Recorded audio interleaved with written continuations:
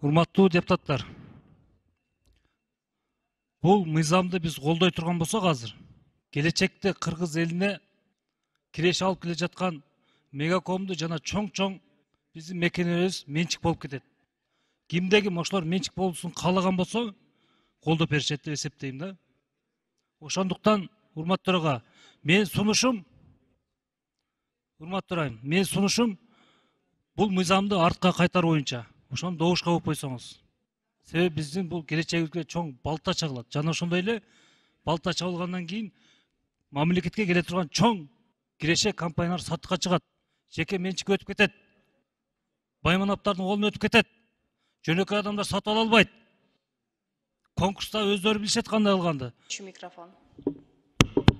Рахмат, менин атым аталып кетти. Мирлан мырза, сиз бизге үйрөтпөй эле коюңуз. Эгерде үйрөткүңүз келсе, ушунга чейин келип үйрөтсөңүз болот эле. Ушунга чейин бизге бул кагыздардын баары келген, биз баарын окуп чыкканбыз. Биз да түшүнөбүз. Сиз акыл үйрөтпөңүз, комментарий бербеңиз. Урматтуу төрага, сиз карап койсоңуз, комментарий берип баштап атат бизге. Бул эмне деген нерсе? Мен кепилдик берем дейт. Өзүнө да кепилдик бере албайт. Эртең сатылып кетишине кандай кепилдик берет? Эгерде бул мыйзамды колдоп берсек, 100% сатылат эртең. Мен ошого кепилдик берем. Буну мен ошон үчүн жардам берейин деп буларга күн тартибине алып коелу деп атам. Аз эгерде добушка отурган болсок, өтпөйт. Булар түшүнбөйт ат ошону.